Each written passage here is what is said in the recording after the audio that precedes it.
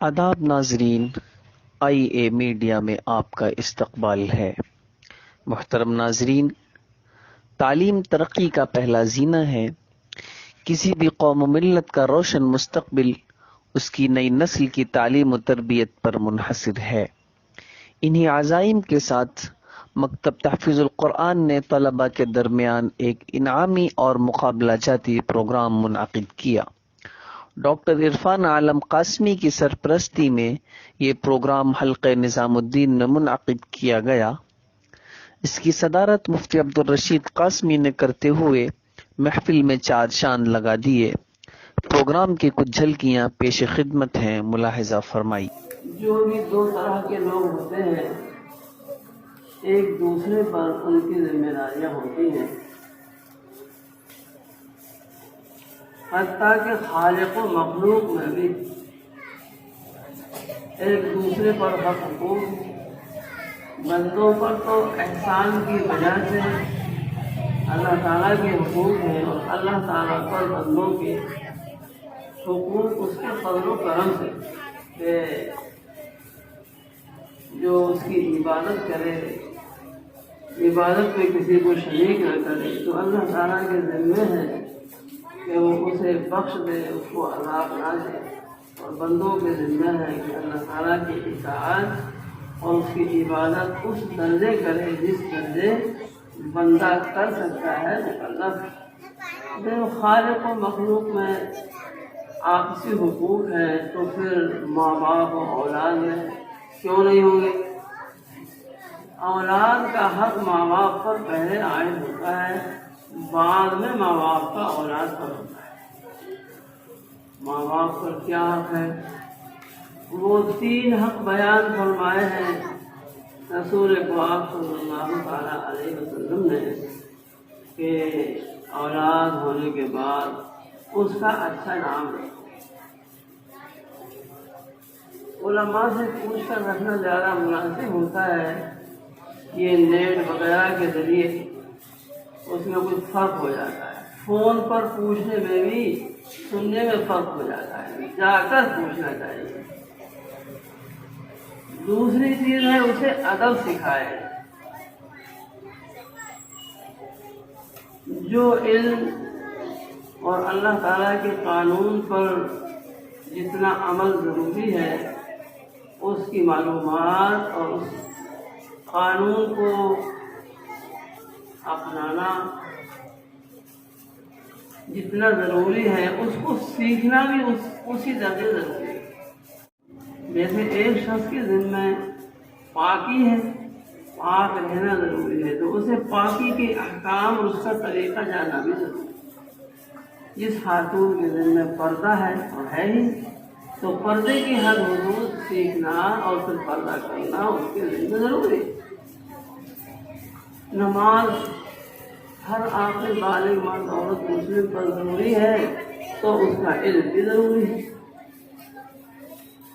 ہم وہ کماتا ہے تو کیونکہ کمائی صرف فرض نہیں ہے، حلال روزی کمانا فرض ہے، تو پھر حلال روزی کا طریقہ سیکھنا ہے۔ جس لائن میں ہو اس لائن کا حلال طریقہ، جائز طریقہ سیکھنا اس کے ذمہ ہے۔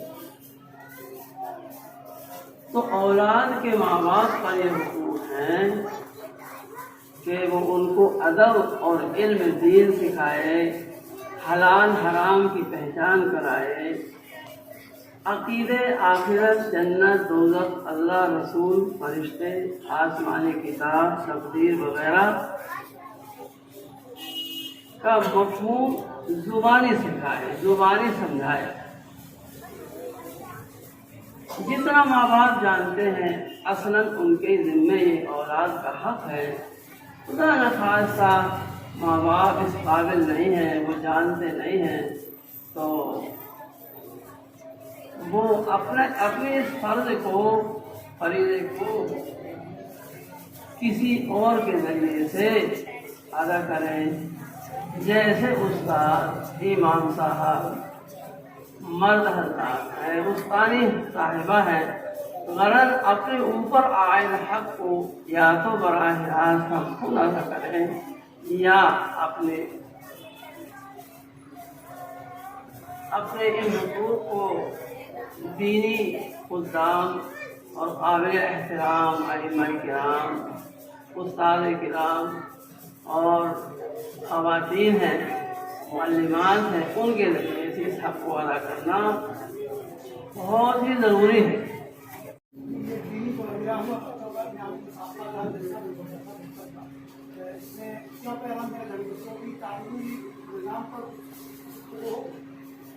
تعلیمی نظام پر یہ کہ ابھی موجودہ حالات میں مکتب کی بڑی اہمیت ہے اور یہ فرض عین کے درجے میں، کیونکہ اس کے اندر بنیادی عقائد سکھائے جاتے ہیں۔ اگر آپ نے اپنے بچوں کو مکتب میں نہیں پڑھایا تو جو تعلیمی پالیسی آ رہی ہے اس کے اندر جو ہے وہ 3 سال کے بچوں کو اسکول میں پڑھانا بہت ضروری ہے۔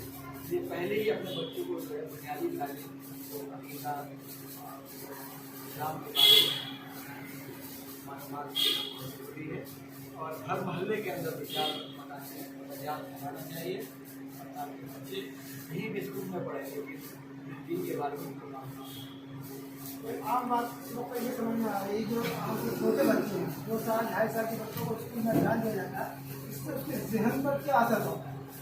بہت برا اثر پڑتا ہے۔ سب سے پہلے تو یہ ہے کہ بستہ بھی ان کو بہت بھاری بھاری دیا جا رہا ہے چھوٹے چھوٹے بچوں کو جو ہے کھیلتا ہے بچہ تو اس کا جو ہے ذہن مشغول ہوتا ہے۔ تب 6-7 سال کی عمر تب بچے میں جو چھوٹے بچوں کو اسکول میں ڈال دیا جاتا ہے، اس سے بہت برے اثرات جسمانی اعتبار سے بھی ہوتا ہے اور وہ صحیح طریقے سے ڈیولپ نہیں ہوتا ہے۔ اس کو موجودہ وقت میں دین و اسلام اور شریعت سے لوگ کافی دور ہیں، اس کی بنیادی وجہ کچھ بتائیں گے یا اس پر چلنے کے لیے کیا اہم طریقہ اپنائیں؟ کیا کرنا ہے؟ اس وقت دین و شریعت سے لوگ کافی دور ہیں، اس پر عمل پیرا ہونے کے لیے کیا ضروری ہے؟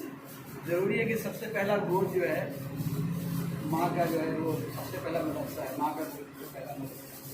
یہ کہ مستورات کو جو ہے ہم بیان سنتے ہیں، مسجدوں میں مرد آتے ہیں، مردوں کے لیے جلسے ہوتے ہیں سب کچھ ہوتا ہے، لیکن عورتوں کے لیے کوئی انتظام نہیں، اور عورت پر فوکس کرنا چاہیے اور عورت کو تعلیم دلانا چاہیے، اپنا جو ہے دینی اسکول ہونا چاہیے، اپنے مقاصد کو قائم کرے اور عصری علوم بھی اس کے اندر پڑھائے جائیں، اور دین پر باقی رکھنے کے لیے جو ہے سب سے اہم یہ ہے کہ اپنے گھر میں بھی دینی ماحول پیدا کریں اور مسجدوں کے اندر بھی دینی ماحول پیدا کریں اور مسجد سے جڑے۔ آج مسجدوں کے اندر جو ہے پروگرام کو نہیں کر سکتے، آپ دین کا پروگرام نہیں کر سکتے، مسجدوں میں غیروں کا قبضہ ہے، یا پورے یہ ہے کہ اکھاڑا بنا ہوا ہماری مسجد کو میدان بنا کر کے خاص طبقہ